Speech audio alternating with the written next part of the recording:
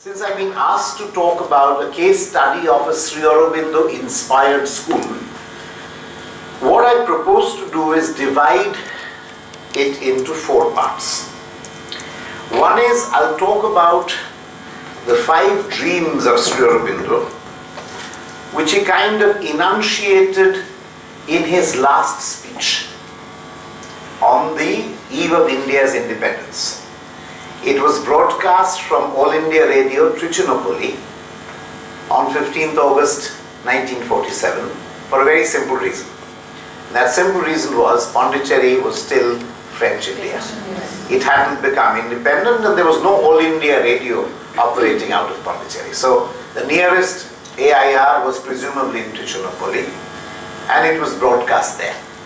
So I'll start with that because he was saying that 3 years before he actually passed away. So you might call it a culmination of a life, all right? And it is therefore in some kind of wholeness, fulsome, kind of thing. So that would be the first part, if you agree to that. The second part would be, because we might not be concerned with all that Sri Aurobindo might represent, he has a valid educational philosophy. So we'll talk about that in the second section. In the third section, I'll briefly outline the history of our school, how it grew up, where it stands, what are the challenges, what are the difficulties, how did we overcome certain things, etc., etc. And last but not least, if I have time, that's a big if, it depends on how the whole thing goes. We have an hour and 15 minutes. I have a presentation of a Sri Aurobindo inspired institution, which is not a school, but it has all elements of finance, marketing, social service, community work, all built into it. So that is time permitting. Okay? So if you agree, we'll go by this methodology. Would you agree, sir? Sure. Good. And you must tell me if you are falling asleep, because then we can sleep together. Okay, all right. Let's start with dreams of Sri Aurobindo as enunciated by him on 15th of August 1947. I've taken the liberty of adding to it also the mother's contribution, because then only it kind of is holistic. Can we go to the next slide? So these are the 5 dreams he talked about in that broadcast from AIR Trichinopoly. The first dream he talked about was that of a free and united India. What he added in the second, because I've not given the details of these things here, but he said that India is free, but is not really free. It's divided and bitterly divided, and if that division continues, it will be debilitating for India's future. So, in the precursor to the India's independence, his message was one of joy, hope, but one also of a deep sense of a deep anxiety and a feeling that this partition, this division of India would actually not serve the nation very well. So this premonition he expressed in unequivocal language in that broadcast. Okay? And he added there, by whatever means, this partition must go. That line was there. Frankly, as things stand today, that is not within the realm of possibilities, in its literal sense. But it may be looked at differently. For instance, in many senses, Europe is no longer France or Germany or Italy, or Portugal. Europe today is Europe. and major parts of Europe, you transact with the euro. You don't transact anymore like we used to earlier with the French franc, a German mark, those kinds of things, or an Italian lira. So it is conceivable that if West and East Germany could cohabit and come together under one Germany, that the partitioned pieces of India could maybe live together in harmony, even if you need a passport to cross frontiers. Even if you want to do that, it's possible. And the full possibility might be there. Now this is my interpretation, so take it or leave it. If SAARC would come to its fullest fruition, the South Asian Association of Regional Cooperation. There are many movements that happen in that direction, but that's one area which might help. One immediate fallout might be if SAARC were to really evolve into more of a common federation, is that our defense expenses, if nothing else, might significantly reduce, or it might so happen that we might need to guard one frontier a little less. It's quite an embattled frontier, including the loss of life that periodically keeps happening for natural reasons on the Siachen Glacier. I mean, nobody kills nobody, the cold simply kills both parties. Okay? So this was his first dream. The second one, and it's very interesting because I think when he talked about it in 1947, and even today, India is a country which is not as much Asia conscious as you might want to think it is. When you go to countries like Indonesia, Malaysia, Singapore, Hong Kong, China, Korea, whatever, you definitely realize that these are Asian civilizations where India might have had in the past a very significant presence. Whether you talk of Angkor Wat or Angkor Thom or Borobudur or wherever else, even Singapore, the associations that we built, the fact that the king of Thailand is called King Rama, these are significant cultural associations which we have almost forgotten to exploit. We had a very significant cultural presence, significant cultural footprints in Asia, which we have almost forgotten. Sri Aurobindo in his second dream talked about, and that was still not reality, resurgence and liberation of the peoples of Asia and a return to her great role in the progress of human civilization. Mind you, in 1947, nobody could foresee that the 21st century just might belong to Asia. Whether it belongs to India is still a question, but I think it's now fairly well established across political and social and ideological divides that the 21st century does indeed belong to Asia. So he talks about her return to her great role in the progress of human civilization. Very, very prophetic. The third one he talks about is a world union forming the outer basis of a fairer, brighter, and nobler life for all mankind. Now, you might, if you have read a bit of Sri Aurobindo, or you are aware that apart from the philosophy which he has dealt with in books like The Life Divine or whatever, he has had a very valid social philosophy. And those are enshrined in books like The Human Cycle, The Ideal of Human Unity, War and Self-Determination. Here he talks about the role of such a world union. He lived to see the League of Nations develop and flop, the importance of the United Nations, etc., etc., etc. The role of a certain kind of a world union where men across creeds, religions, castes, nations could sit together and debate and discuss and evolve things that are good for all mankind. This is still very nebulous, but even the heat of this summer tells you that the world is no longer isolated. I just heard a few days ago that it was snowing in England. And they're saying, so therefore global, the climate change is not restricted to any country, to any people, to any religion. It's widespread.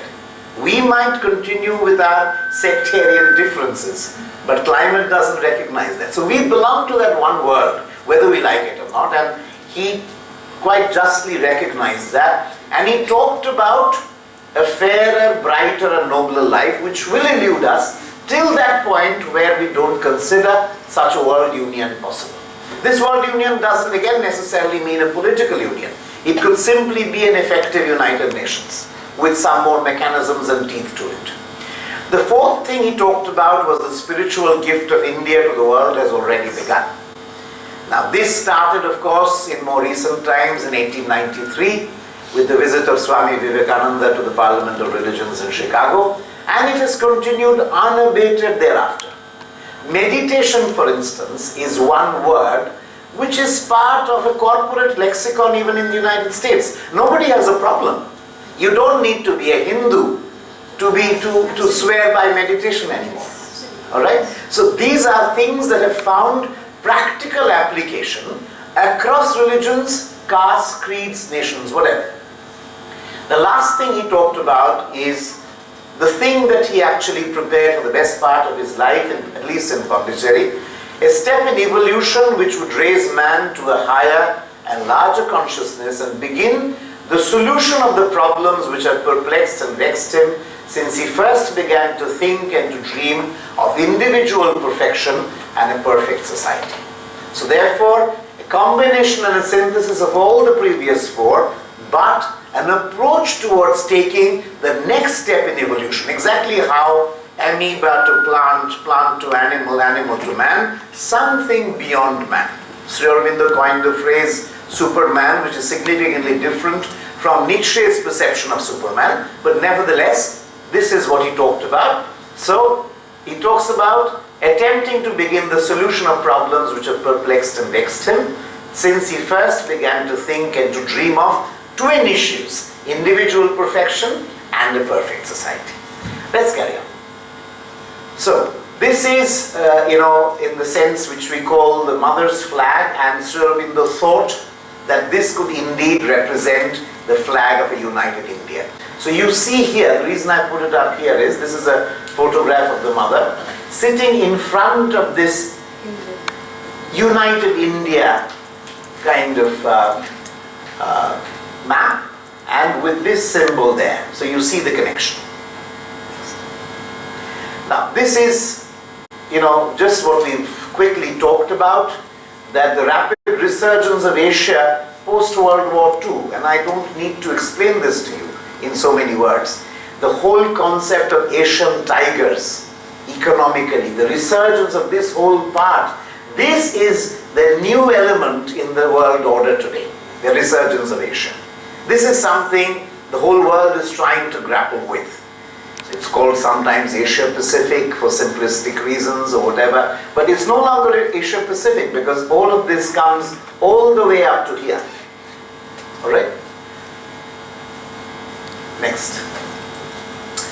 Now, this picture is something that you must have already seen, the place you might have already visited. This is Aurobindo. Okay? Why have I put this picture? Because in 1968, on the 28th of February, Mother gave birth, or rather, Mother initiated the formation of Aurobindo, and in other words, to give expression to this dream of Sri Aurobindo of a world union. Here, in this is an amphitheater in Aurobindo, right in the heart of Aurobindo. This particular urn contains the soil of 128 nations. That was what the United Nations was in 1968. It's another matter that now many more countries have got added, partly due to the demise of the USSR, etc., etc. But in 1968, 28th February, United Nations had approximately 128 members. They were all represented here, and a boy and a girl from each country with their flag brought the soil to this place. So Aurobindo was conceived of as a project of UNESCO, United Nations Education, Scientific and Cultural Organization. And at the heart of Auroville is this shrine. It's called Matri Mandir. In case you've been there, it's a beautiful, it's an unparalleled piece of modern architecture. First of all, there are a lot of solar lights all around here. These are, kind of petals which signify the 12 outer petals in that flag that you saw. There are 4 inner pillars there. The whole thing rests, this huge structure rests on that. These are discs that are gold plated. Solar rays enter through the top and strike a crystal in an inner meditation chamber and create light out there. There is no image, no God, no goddess, no nothing. People go there and what they feel is silence. So this is Auroville, the heart of Auroville. This is this is Matri Mandir for you. So an expression of another of Sri Aurobindo's dreams. Auroville today is about 2,000 strong, with a 50% representation of local villages and 50% drawn from about 45 countries of the world.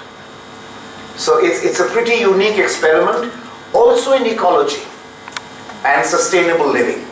Because when I first went to Auroville, that was in 1970, I remember driving almost here. All that was there was this urn, and before this urn was a banyan tree, a huge banyan tree, and the rest was simply red soil. It was almost desert. If you go to Auroville today, it's absolutely forested. It's a kind of forest. It's absolutely green. And you would see, Auroville is only 10 kilometers from Pondicherry. Climate patterns are different. It rains more in Auroville than it does in Pondicherry, simply because of the tree cover. It's one of the biggest experiments in India, at least, of a sustainable livelihood. Because there are no polluting industries here. It's this kind of thing. A lot of the power is generated from the sun, solar power. There are wind turbines which generate power. The bricks or the building material are all using alternative kinds of things. So there's a lot of scientific research that goes into it. So this is one experiment of how life could be and how people could try to live in harmony for a larger, nobler ideal. Okay, it's beginning, it's still nascent. Okay, so this is the Auroville Charter, where the mother said in 1968, it's a very bold statement. Auroville belongs to nobody in particular. Auroville belongs to humanity as a whole. But to live in Auroville, one must be a willing servitor of the divine consciousness. Auroville will be the place of an unending education, of constant progress, and a youth that never ages. Auroville wants to be the bridge between the past and the future, taking advantage of all discoveries from without and from within. Auroville will boldly spring towards future realizations. Auroville will be a site of material and spiritual researches for a living embodiment of an actual human unity. To talk about education in Auroville, the first 2 schools were very interestingly named, and I'll just stop by naming them. One was called the Last School, and one was called After School. Very interesting names. I don't want to go into it very deeply at this moment, but just to take cognizance of what kind of nomenclature could happen in education there. This is the 4th point of Sri Aurobindo's dreams. Is don't need to copy. Dr. Banerjee is very generous. I'm sure he'll copy you. And he is a software wizard, so all of this you'll get. Don't worry. Won't they? So this is a quote from Sri Aurobindo where he says, and this is a little older quote, but he says, she as in India does not rise as other countries do for self, or when she is strong to trample on the weak. She is rising to shed the eternal light entrusted to her over the world. India has always existed for humanity and not for herself. Now, this is something that even resonates in our national flag.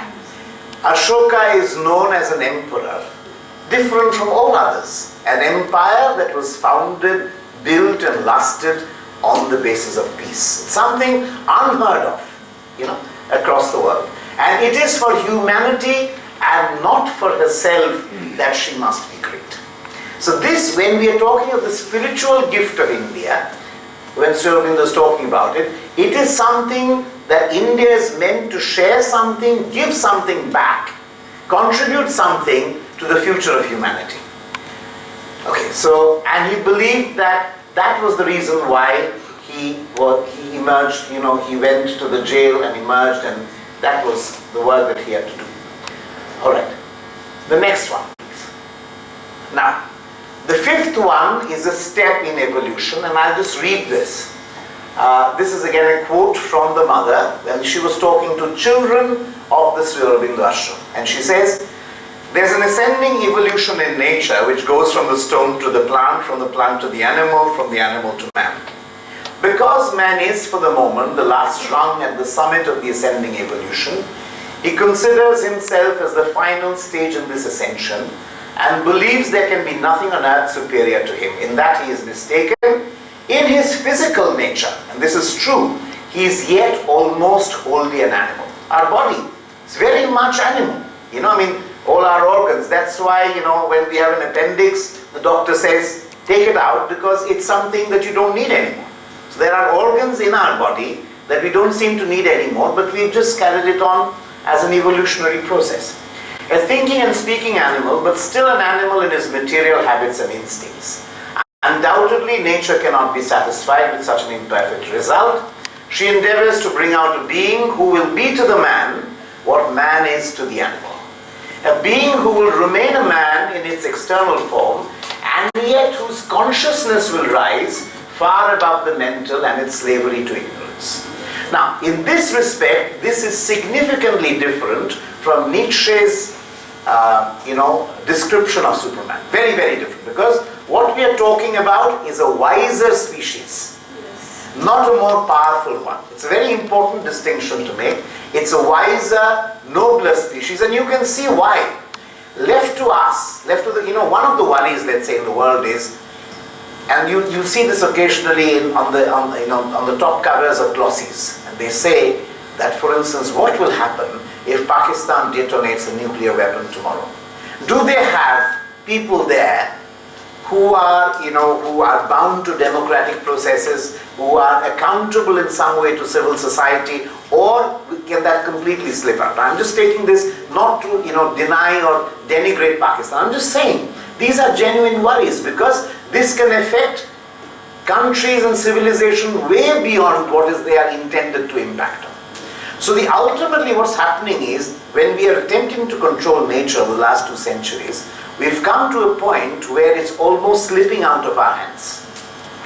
And if it is slipping out of our hands, the only thing that can save us is if we could, if you could think of Bertrand Russell's knowledge and wisdom, if we could be wiser, more wiser and probably a little less knowledgeable, that might be something. So it's consciousness rising far above the mental and slavery to ignorance. This is what Sri Aurobindo and the mother thought would be the right way to go. Yes.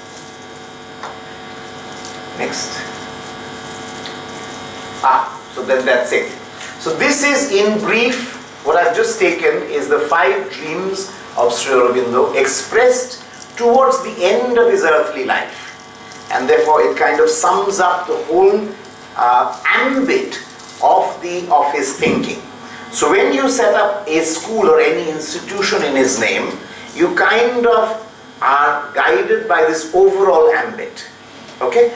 Now let's get a little deeper into the education philosophy of his.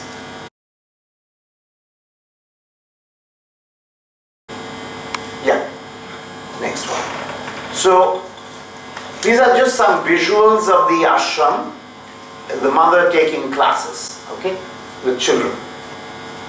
Okay, next.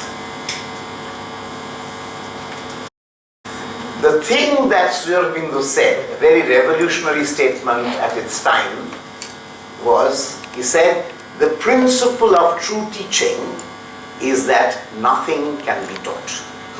It's a very, very strange thing to see here. For those who are seeing it, hearing it for the first time, you must be wondering, this is absolutely ridiculous. Why is somebody saying that the principle of true teaching is that nothing can be taught? It's simply because teaching traditionally was drilling information.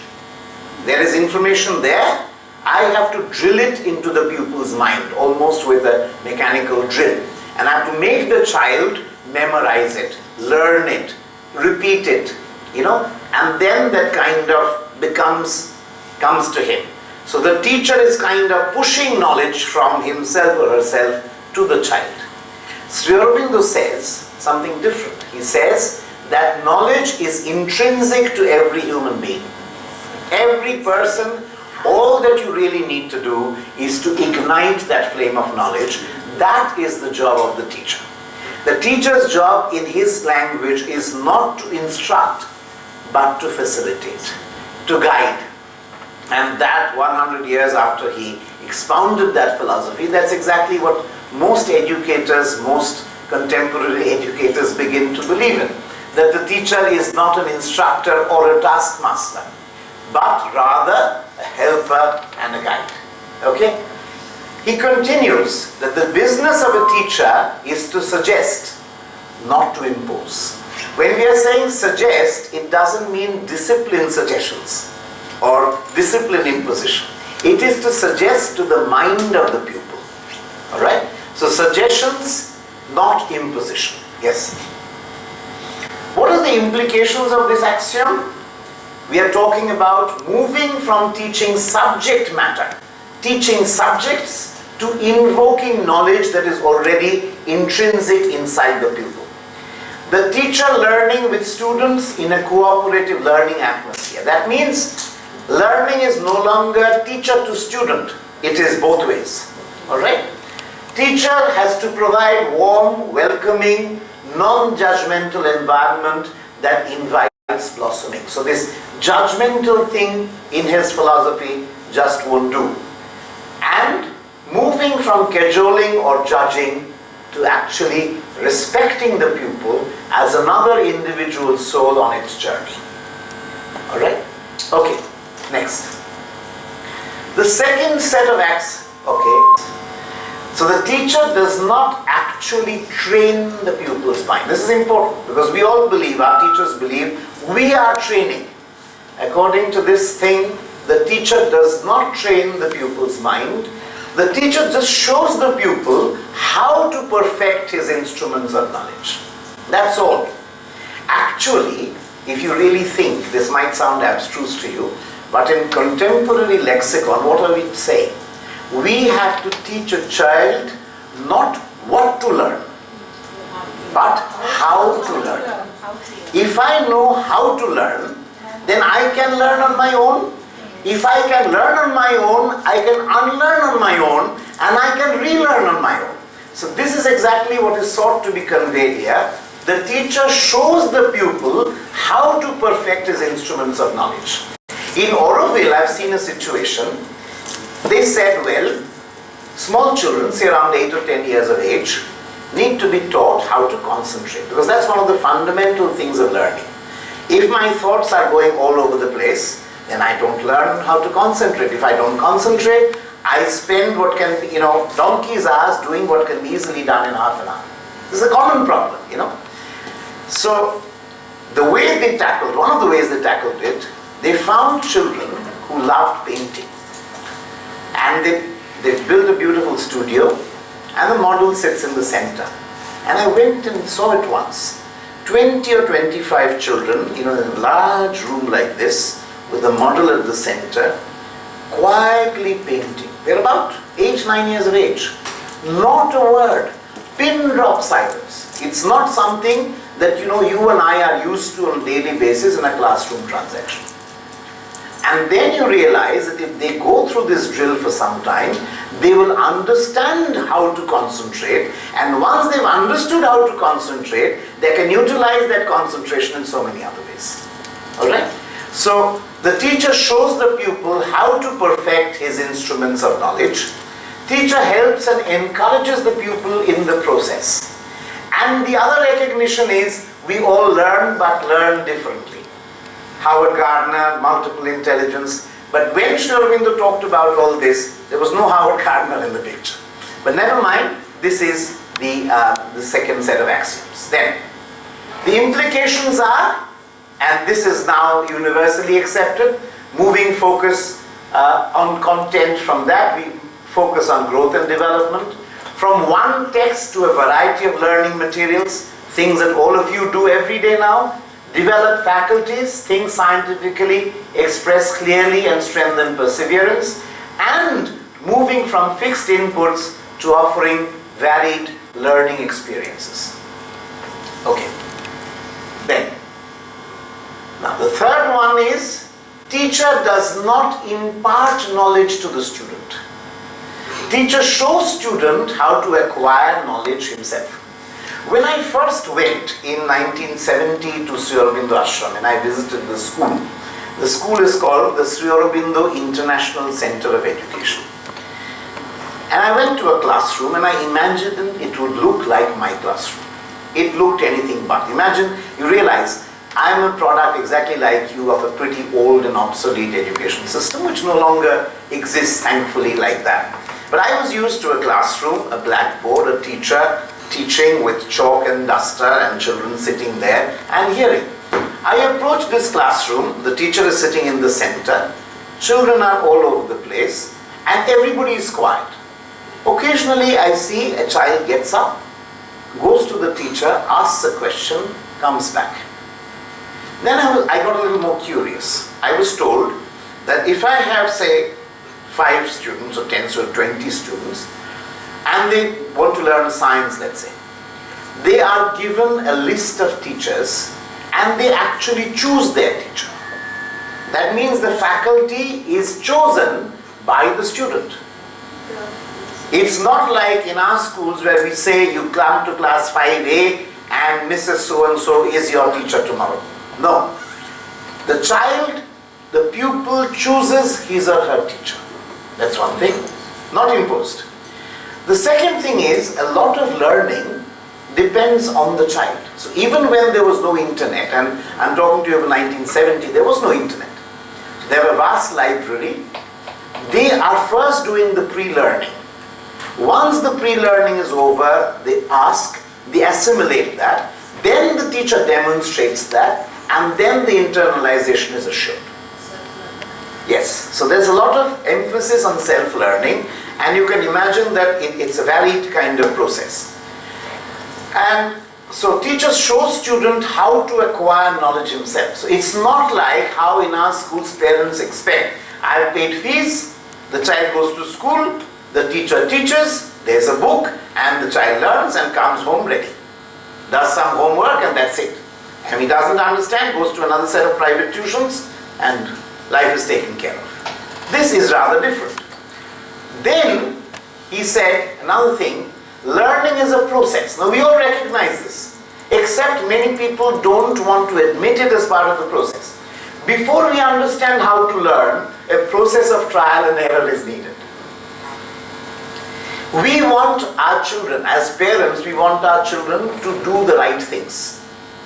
For instance, in many places you will find when homework is set, often the parents either do it themselves sometimes, insist that the tutor does it for the child, make sure that the work that goes back to the school is done by them. In the process, what has the child learned? Nothing. This is very obvious, but why does that happen? Because there's a sense of shame. Oh, my child couldn't do this and he has to admit it in front of a class, or somehow it shows up. That's bad news. Here, this is built into the process that the child needs to make mistakes in order to learn. That means making mistakes is a plus point. It is not a discouraged thing. Okay? Next.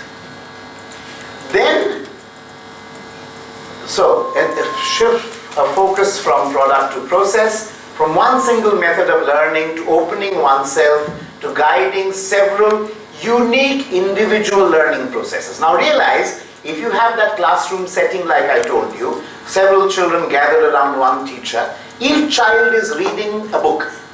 on that topic. The book may be different. Each child is approaching the subject differently. So we have different kinds of... You will have different kinds of difficulty, different kinds of knowledge acquisition, different styles of knowledge acquisition. And so the initial attempt of going and asking the teacher ensures that it's not uniformly already shared. There's no one PowerPoint presentation or one set of textual material that's drilled into everybody, and then you kind of cope with that. So it starts with self-learning, it's complemented with a teacher presentation, followed by an internalization. It's customized. And it's customized. Yes? Fewer numbers also. Fewer numbers. The entire ashram school as on even on today is 200. Is nothing. Okay? Next. So then, look at this further. The teacher does not call for the knowledge that is within. He only shows him where it lies and how it can be habituated to rise to the surface. That means it's not even the teacher's job, according to him, to call for the knowledge of the child that is within, only to show him where the knowledge lies and how the child can bring it to the surface. So the child remains the locus of control. So the whole control is being exercised by the child. The child is being tutored or helped in such a way that he acquires the locus of control himself. It's not given to the tutor, not to the parent, not even to the teacher. It remains with the child. Yes. So implications are create a learning environment with suitable learning experiences to help children establish contact with themselves. This contact enhances the quality of learning. This can be done in so many different ways. Of course, this is all known to you. Yeah. The fifth one, Sri Aurobindo said, is a very interesting one. The mind has to be consulted in its own growth. Now, what does that mean practically? Let me tell you. Another example I'll take from the same ashram school. What typically happens is, supposing I like English. Theoretically, I realize that you can belong to class 6 in English, class 4 in maths, class 7 in geography, and whatever. You decide to pace the curriculum in the way you want to pursue it. At a certain stage, there are certain, you need to make sure that there's an equalization. But that is not insisted upon in the beginning. So like in our schools, when you move from class 5 to class 6, you need to have graduated reasonably in all the subjects at that level. Whereas here, it is not insisted upon as an annual activity. After a number of years, they make sure that you've caught up in subjects where you are quote-unquote weak, and you have still retained the strength in subjects where you are perceived to be strong. Yes? So do they go for collaborative learning after some time? So that also happens. That also happens. But that again is left to the pupil. Okay. At which stage will they? How many? A little later. You see, once if they are in primary, this is not insisted upon. Once they come to secondary school, then the equalizations, collaborative learning, and they're mature enough to do that. It means from 6 onwards, etc. Yes, 6 or 7 onwards, yes. Okay. So therefore the curriculum pacing depends on the child. Yes.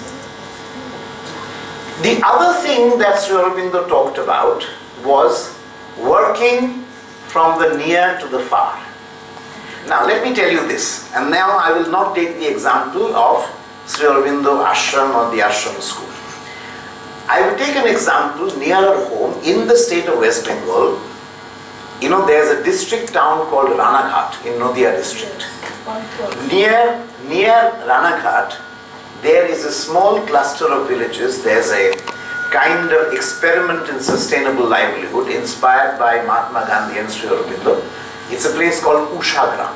I would suggest you visit that place if you ever get the chance to.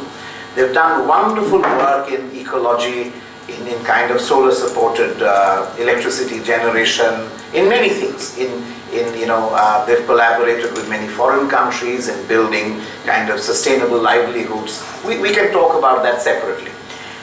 They have in their small school where they attract village children and the medium is Bengali, they've got a museum for every subject. A museum for history, a museum for geography, a museum for science. Now let me share with you, when I first went to Shadram, and this must have been 30 years ago, again an age that didn't belong to the internet. What I learned was, I went to the geography classroom, and what I saw there was as follows. I learned from the teacher that the first thing the child learns, where is my home, where is the village post office, where is my school, how do I come to the school? Most of them come walking. And draw that trajectory. Finally evolve a topography of the village. Extend that village to the entire project area, which is 18 villages. Then extend that to the district of Nadia. Then begin to think of West Bengal. In the process, that museum is there. In the, they have, various things which they have done. The soil quality, this, that, whatever. And they complement that with the history learning. The history of the village, to the history of the cluster of villages, to the history of the district, then to the history of the state, the history of the nation, etc. That is exactly how they learned.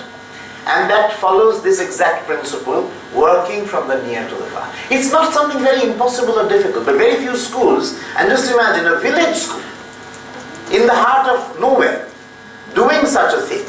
It's wonderful. Now we are talking about different problem-based learning. You start with the local problem. Yes. Just imagine. And they develop it by the people. Yes, developed by local people. And you relate to it, because then it becomes part of your local folklore, it's part of the stories that you hear from grandma, from moms. You know the story of your village, it becomes relevant to you. Yes. And then from that which is to that which shall be. Okay. I'm not getting into this jargon because you know this. Yes. Next. Then he talked about the following. We must not take up the nature by the roots from the earth in which it must grow. That means I take somebody from here and I put him in a completely different cultural context and ask him to learn. Now that's understandable. You need to absolutely grow there. We must not surround the mind with images or ideas of a life alien to that in which it must physically move, because then the child doesn't learn. All this abstraction can happen after a certain level when the child has the ability to go abstract. Yes. Next. And then, of course, some mental faculties that are sought to be developed. We talked about the experiment on concentration. Next. Some other qualities that are sought to be developed. These kinds of things. In fact, let's see, if I don't find it here, I'll tell you that. Notice the nomenclature that I've used. Mental, vital, physical. Psychic. So Sri Aurobindo is talking about doing the following. He's talking about working of the holistic development of the human personality. Now, what does that entail? If you go, and I don't know how many of you have been to Pondicherry, even as casual visitors, one of the things that would strike you, I'm sure, if you go there, is you find people of all ages dressed in shirt and shorts. The reason is very simple. The reason is every afternoon sports and physical education is mandatory. Studies, first half of the day for children, second half of the day it is physical education is mandatory. And even when I've been 50 years ago, it was exactly like it is today. You have all the options that you want. You exercise or you play sports from the age of 5 to the age of 95. You don't stop. One immediate result of that is they live much longer, because they exercise every day. It's compulsory barring one day of the week. They have a sustainable lifestyle. The food is got a balanced nutrition. Most of the food they eat is organic and it's served in the ashram community kitchen. Alright? They don't have money as necessarily given to them, so they don't indulge in all the kinds of things we indulge in. And at the end of the day, what I observe is most people live at least till 90, if not much longer. I mean, I've known people, when I remember this incident when I went in 2001. Nirod Baran Sri Aurobindo's attendant was already 99. He walked with me for a long distance across from where he stayed to the gate of the ashram, across the road to the ashram school, climbed up 2 flights of stairs to the auditorium, spoke to the children, our school children who were visiting, and came back all the way. He just held my hand where he needed to. He was 99 plus, and that's not an exception. Then I started thinking that this must be the result of a kind of living that must have taken decades. I observed a doctor who was my contemporary of my parents, a little older than them, who had a nursing home in North Calcutta. Very eminent doctor, had his own nursing home, left in his 60s when the nursing home was broken down by metro rail, had a heart attack just when he went, and is today a young man of 96 and treats children at the children's dispensary every morning. Goes to the dining room, cycles the way around in the town still, and this is not an exception. All the trustees of the ashram are 80 plus, all right, and if you look at them, they will seem to you 60 years old. So it's something, but it's not miracle. It is simple stuff: balanced nutrition, organic food, good exercise, non-indulgence. So this is at the heart of what you first find in Pondicherry, a proper calendar of physical activity that is mandatory for everybody. The second thing that they talk about is the kind of mental education which we dealt with so far. The third thing that Mother and Sri Aurobindo talk about is what they call vital education. Now, what is vital? When Sri Aurobindo talks about it, we talked about moving from the stone to the plant to whatever. The stone is physical, but once it moves from the plant to the animal, the animal is not as intelligent as we do. They don't think with the mind, but they have a strong life force. So just imagine the tiger's jump. That energy, that comes from what Sri Aurobindo calls the vital. Now the vital is there with us too. Our energy, our enthusiasm, our attitude all come from the vital. If you're terribly intelligent but terribly lazy, nothing will come out of it. Now that education, we do not necessarily in a structured way give in our schools. That is part of the calendar of the Sri Aurobindo Ashram School. They call it vital education.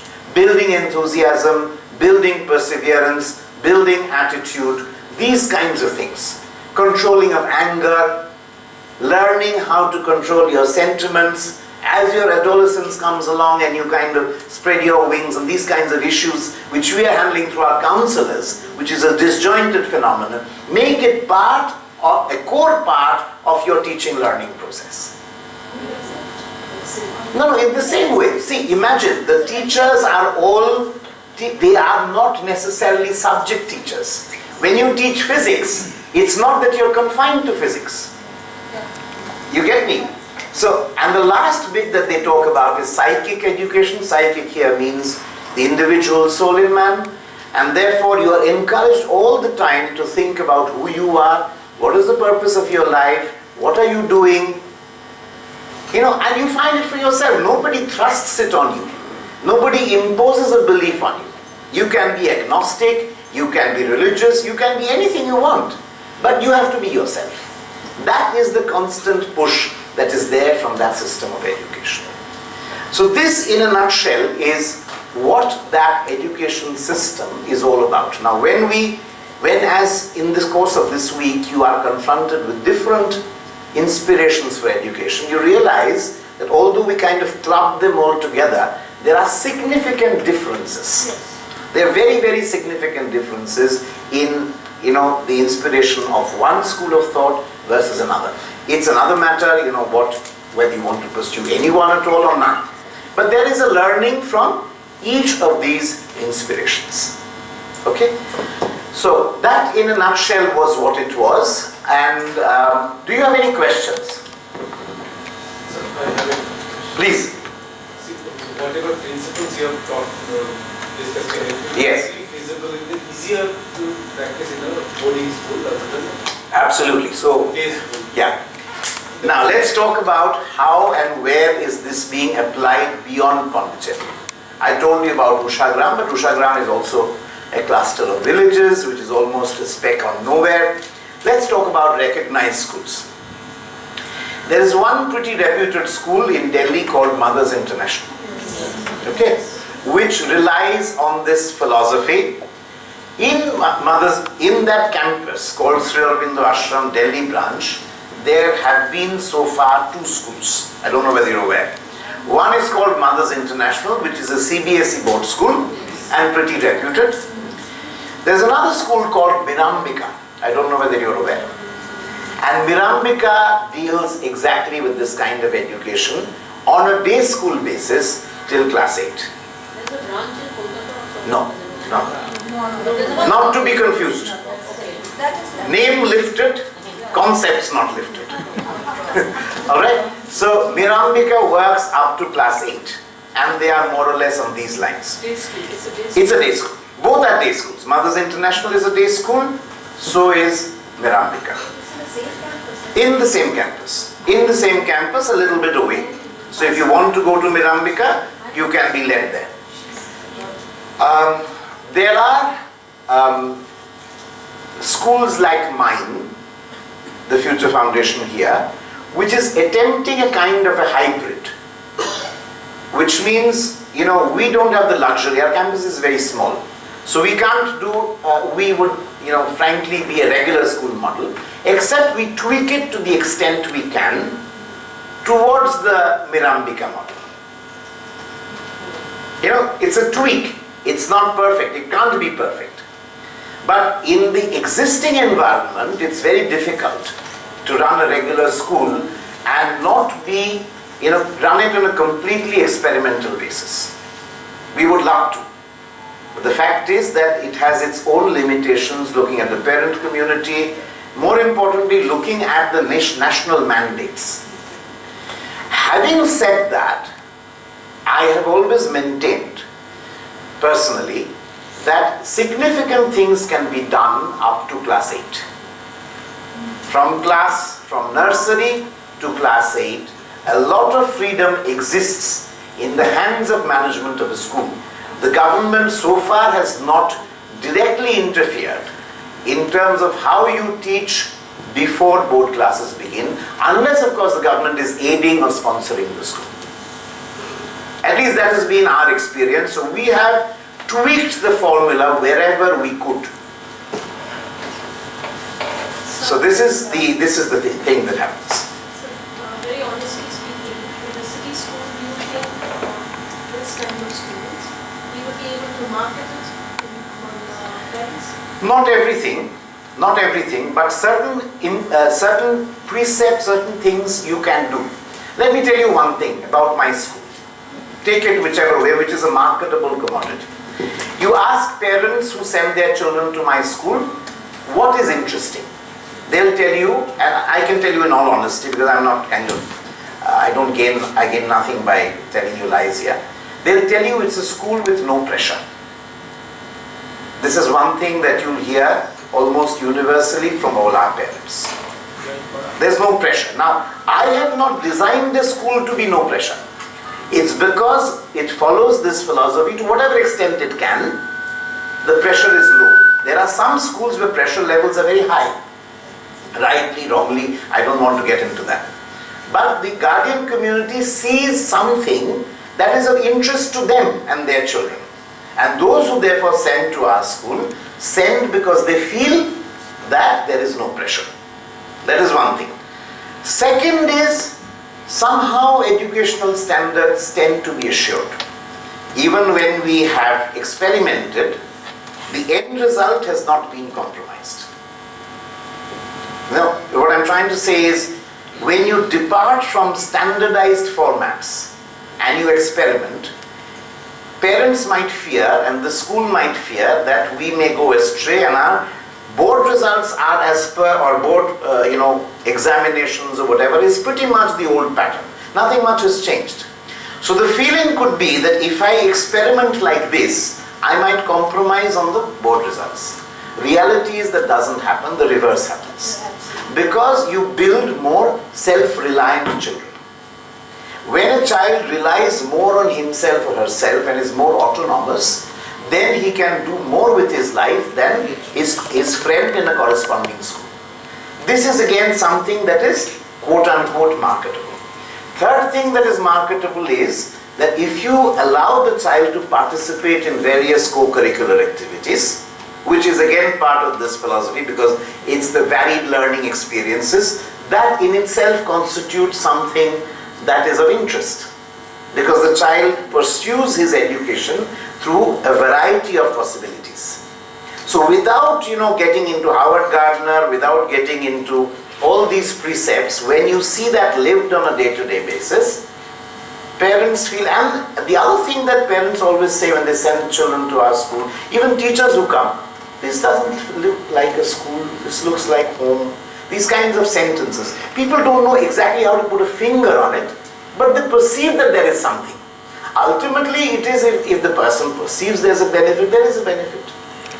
As we said, who are you and how do you want yourself to be perceived? In this case, it is not me wanting. It is a school that is already like that. If I try to make it different, I can. It will then be an apology of another school. All that we are doing is we are trying to live these dreams to the extent we can. Let me share one thing with you. In our school, and I'm starting with my school, but the intent is not to talk about our school. In our school, we have a philosophy of sending children on excursions. Okay? We used to have earlier only an excursion to Pondicherry, now there are many more. And they go right from when they are in class 6, they travel outside the city for a few days. And this goes on till class 12. Now, at one level, they go to Aurobindo. So I remember about 3 or 4 years ago, I usually go during the pujas to Pondicherry.